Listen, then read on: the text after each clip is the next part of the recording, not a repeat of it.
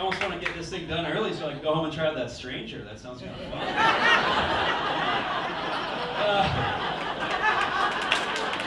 Guys, wasn't even my joke, really,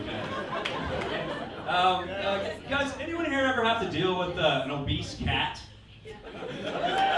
Like, my cat's so big that my strata council came by the other day. They wanted to weigh my cat. Yeah, no, seriously. Apparently our bylaws don't allow for pets over 35 pounds. So, yeah, I mean, I guess I should have seen the warning signs coming, right? I should have been worried when I saw those Garfield comics underneath his cat perch. Bad role model, right? Yeah, not good. And you can't really blame the animal in that situation, right? It's not like my cat was going out and spending all his extra cash on wet food and Whiskas treats, right? It's my fault, you know? And so it's on me to get the fat bastard back into shape. It's kind of embarrassing though, right? When you become your cat's personal trainer. It's not good, right? So, I mean, the first thing I started doing is I started cutting back his food, right? And that just caused him to start meowing at me more. So I was like, okay, well, I sat him down and I figured I'd have a little man-to-man or man-to-cat, I guess. And I said to him, Simon, you know, I'm doing this for your own good, man. And he just looked back at me with this look that said, if you don't start feeding me pretty soon, I'm gonna piss on your shoes. I was like, whoa, whoa, whoa, whoa, whoa, right? Well, he fucking did it anyway. So I had to sort of change up tactics. I went out and bought a cat leash. Yeah, guys, just because it says cat on the packaging means nothing to the animal. No, does not want to wear that. You know how they say taking your dog out for a walk is a great way to meet women? Taking your cat out for a walk is a horrible way to meet women. Horrible. But no, I had to get him out, so I got it on him. I dragged him out on the street, and I'm pulling this big fat cat, and he's fighting me, and I'm like struggling with him, getting frustrated, and he won't move. And finally I turned him, I was like, come on! What are you, some kind of pussy? I felt like an idiot. And I looked back at him, and he looked back at me with this 1,000-yard stare that said to me, fuck you. You cut off my balls 8 years ago.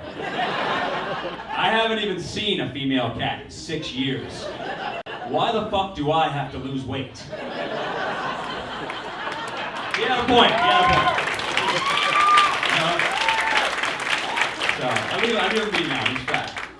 Speaking of animals though, guys, it's bear season again. Bears are all coming back out of hibernation and eating people's garbage and getting shot, and it's all terrible. No, I feel for them, right? I mean, you guys probably want to eat my garbage too if you lived on a diet of rotting fish and moose carcasses and mountain equipment co-op hippies.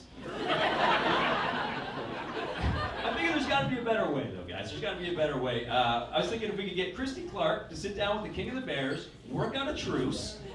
You know, we could put these giant, like, bear-sized dog dishes at the end of our driveways and put our leftovers in there, right? And then in exchange for that, they would stop eating us, stop breaking into our garages, and they could even do some ads for the Liberal Party, right? Like, hi, I'm a spirit bear, and I support the HST. And if that wasn't enough, right, maybe Christy could sweeten the deal and offer to teach the King of the Bears' son how to wipe his ass so he'd stop leaving those Charmin squares all over it.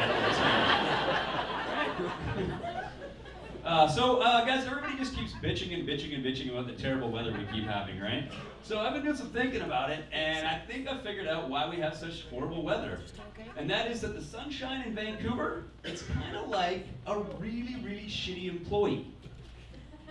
We all work with somebody like this, does the bare minimum just to get by, not get fired, always trading shifts with people, fucking up the schedule, right? And the weather's so bad because the sunshine's trading shifts with the other kinds of weather. It's sort of like, hey Rain, would you take my Friday shift? Well, I could take your Friday if you'll take my Saturday.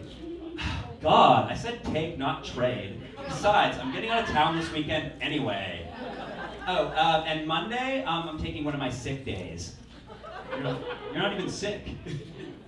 You know, guys, we all work with somebody like this. Eventually the boss has to get involved, right? Step in, sit them down and say, Sunshine, I see here that you've taken off the last week in July and the first week in August.